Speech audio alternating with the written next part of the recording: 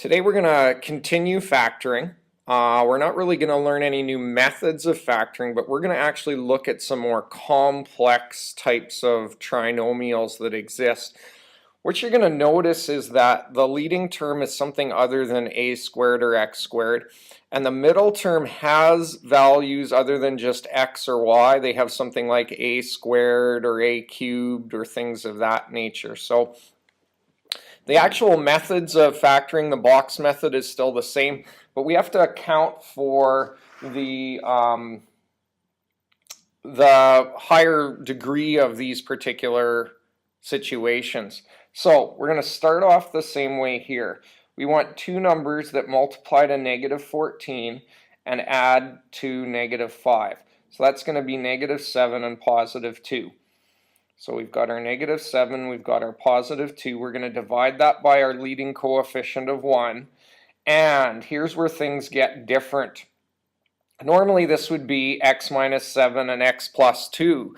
But because our middle term is a squared, this is now a squared minus 7 and a squared plus 2. Whatever the variables are in that middle term, those are the variables and the exponents you're going to use when you actually complete your factoring.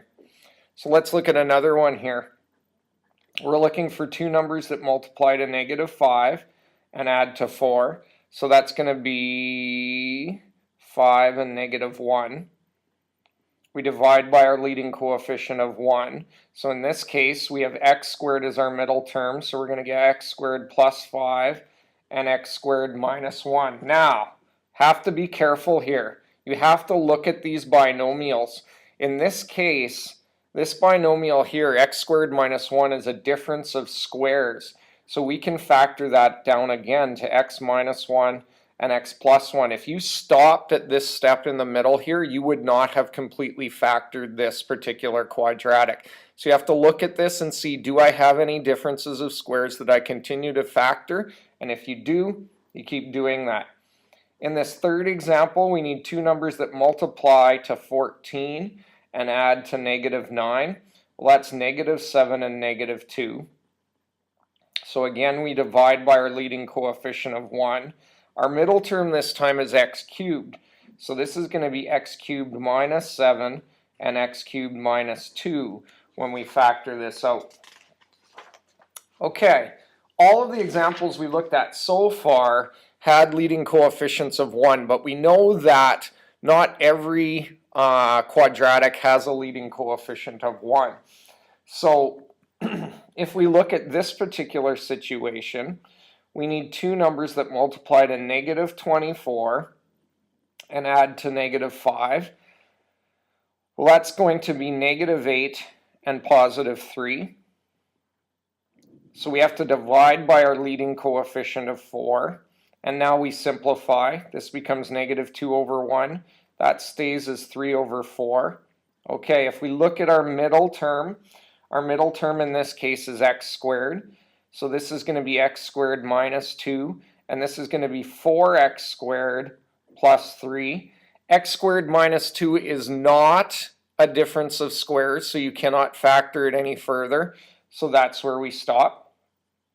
The next example, we're looking for two numbers that multiply to 198 and add to negative 31.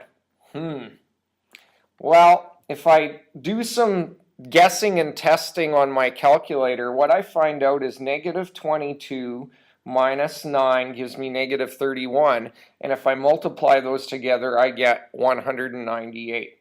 So I have negative 22 and negative 9. We have to divide by our leading coefficient of 2. So this simplifies down to negative 11 over 1. And this is still negative 9 over 2. So this ends up becoming, our middle term in this case is AB. So this is AB minus 11. And our next term is 2AB minus 9. Don't forget, you're always using the variables and exponents on that particular middle term. If we look at the next example, we need two numbers that multiply to negative 24 and add to 10. So those happen to be 12 and negative 2. 12 minus 2 is 10, and 12 times negative 2 is negative 24. We have to divide by our leading coefficient of 8. And in this case, we can simplify both of our fractions here. So if we simplify this first fraction, we can divide both of these by 4, and we get 3/2. In this case, we can divide both these by 2, and we get negative 1/4. Our middle term in this case is x squared, so we end up with 2x squared plus 3 and 4x squared minus 1. Now, this second factor, 4x squared minus 1, is a difference of squares. So we can factor it using our rules for difference of squares and get 2x minus 1 and 2x plus 1. There is our completed factoring.